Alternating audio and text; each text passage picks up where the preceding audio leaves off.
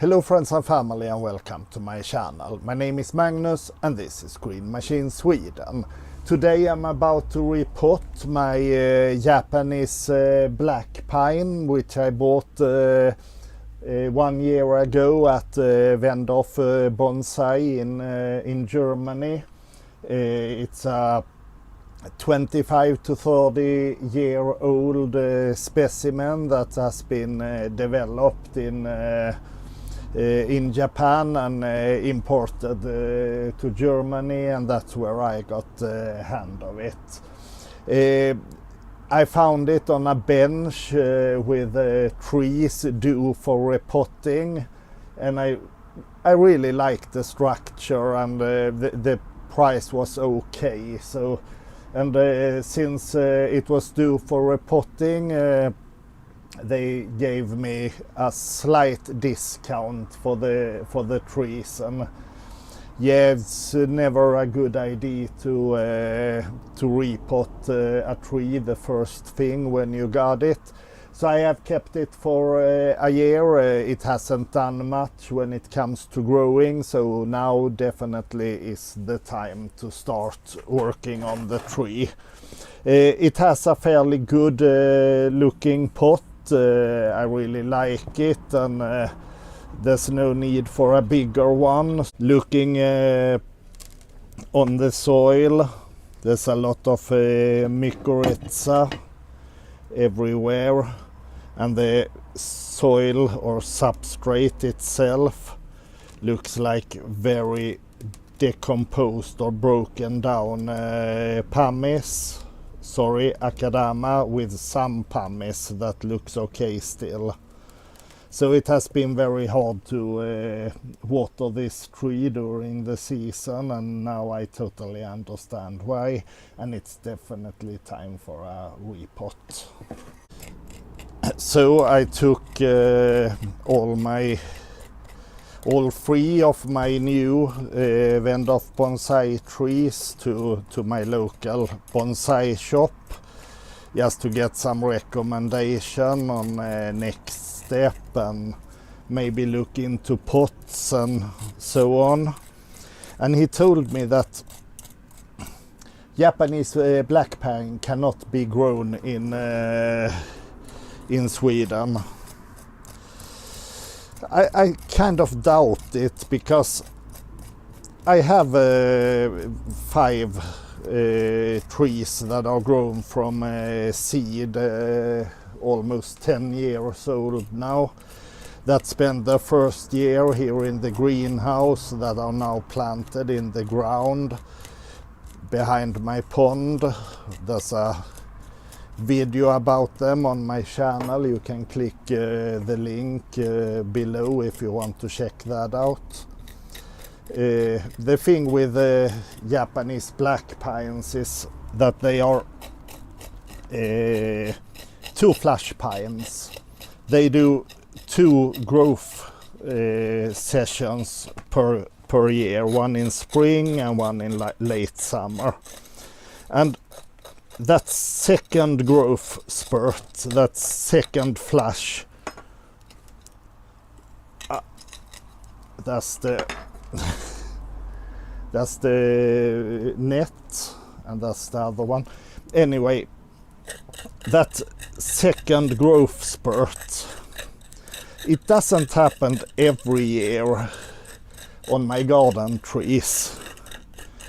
So yeah, maybe that's an issue for a tree in a pot, I don't know.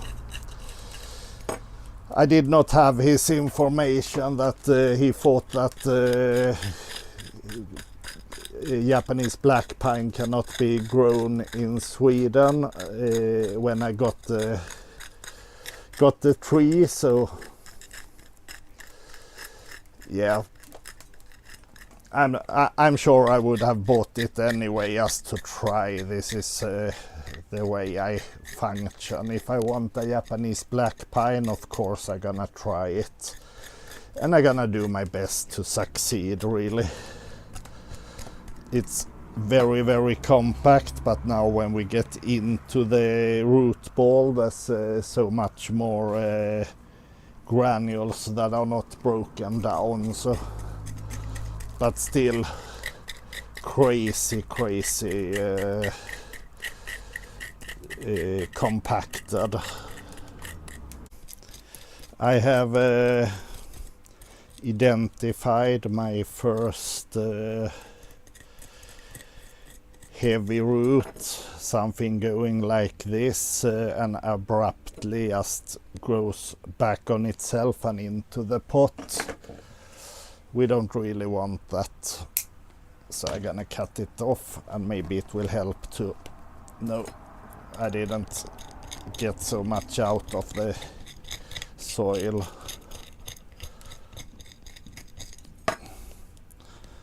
There's some more like growing straight down, and they don't have any fine roots connected to them, so that's just a waste of space.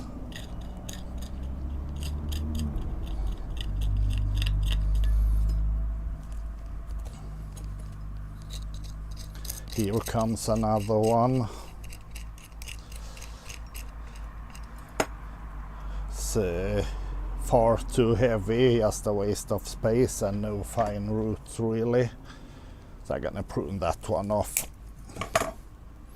The one above may be usable going forward if it recovers from the repotting. So the general rule for repotting pines in general is not to remove all soil, not to bare root. But yeah, I will do quite a hard one, because in here under there's very compact soil and almost no roots really, even if it means root growing under the tree, which we normally not want. Yeah, I need to remove a lot. There's big spaces with almost no roots, and I really want a good soil in here to make it recover better. So let's see how much we dare to do.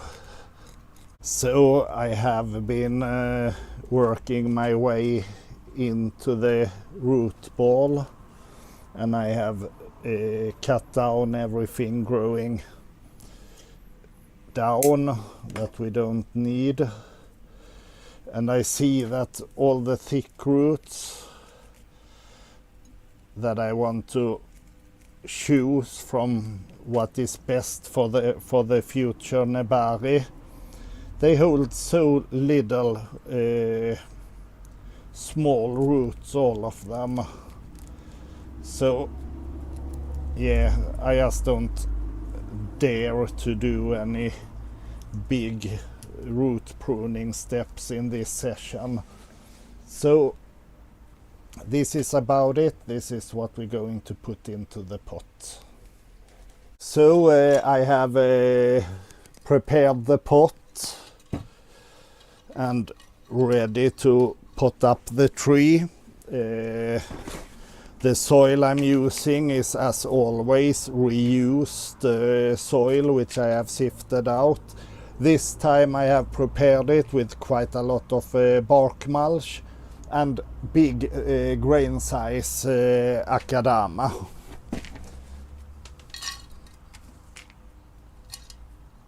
I am not usually a big fan of akadama, as you saw in when I removed the soil from the tree. It easily breaks down in this constant freeze-thaw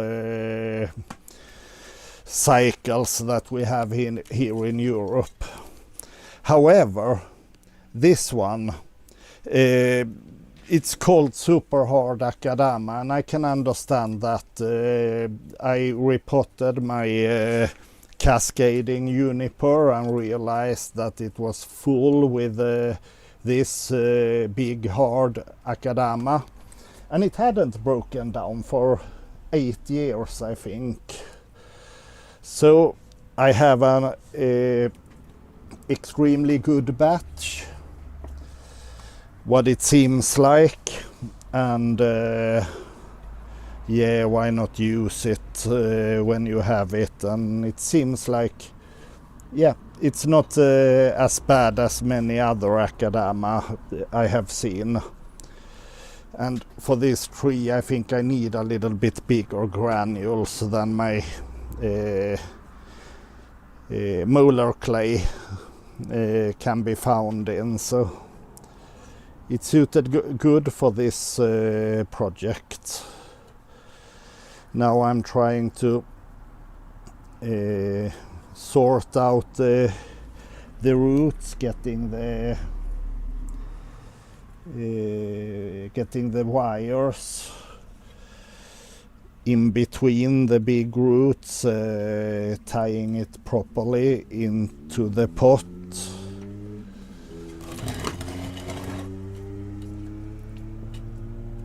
And at this stage I just start to have something to begin with. The next step is to adjust it and fill up with soil and yeah, just adjust the position as we fill it up.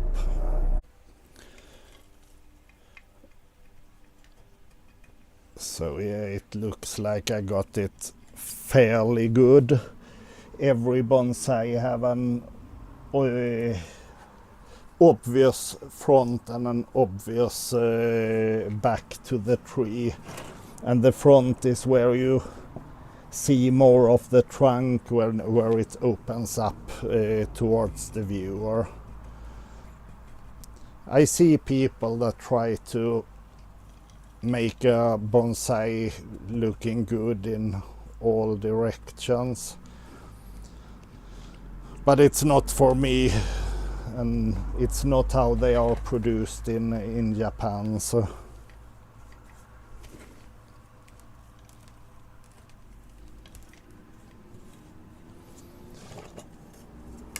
So we just try to poke the soil in between the roots, under the roots where it needs to change the position as I want to,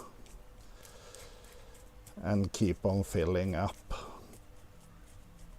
It's an important work and I really enjoy it, so sometimes I sit here poking a little bit too much, but it cannot hurt really. Yeah, I don't particularly like to have the big brown chunks visible, so I have sifted out some of finer soil to put on the top, just to make it look a little bit more delicate.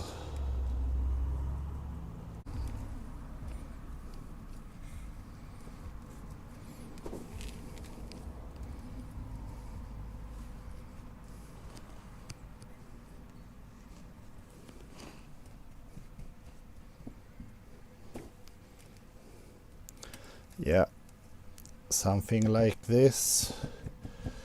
I'm gonna feel it's not very solid in the pot, so I'm gonna find my tweezers and go in and pull and twist to tighten it up.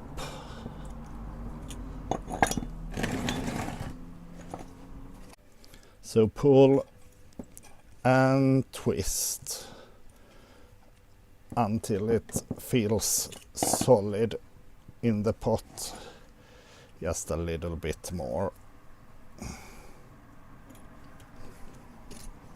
I'm gonna twist a little bit more. I do cut while I'm working to get it to look neat. This is the last cut.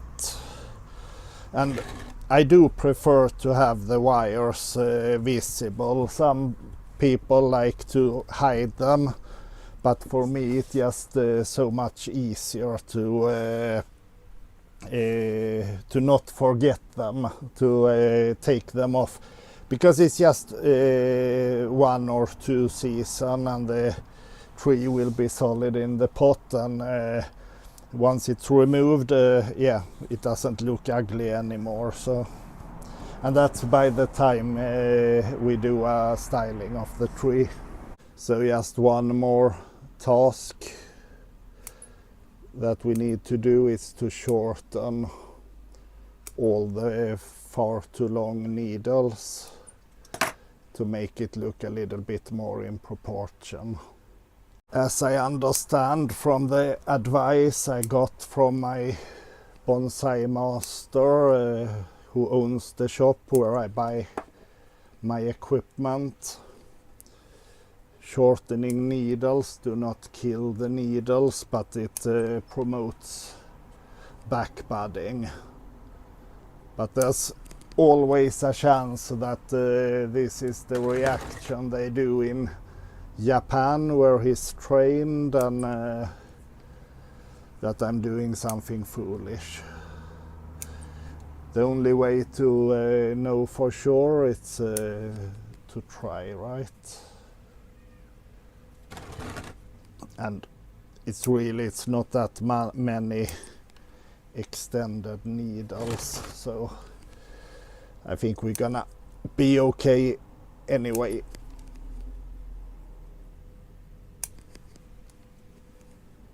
Yeah, I think I've done the worst part, putting it into a more balanced tree, I think. The good thing is to know when to stop, and I'm not sure, so let's stop right here and prepare the tree for this final view. So, final spin. Gonna remove this one from the front, going around, see where it has been hard cutted several years ago, and there's another one up here. There's definitely too much going on in this junction here, where we have 4 different branches, but for now I'm gonna leave it as it is. But for the future I will definitely go in and thin it out in this part of the tree. But if you want to see that, you have to subscribe to my channel and check up for future updates. That's all I have for you today, folks. Thanks a lot for watching. Take care, stay safe. Bye!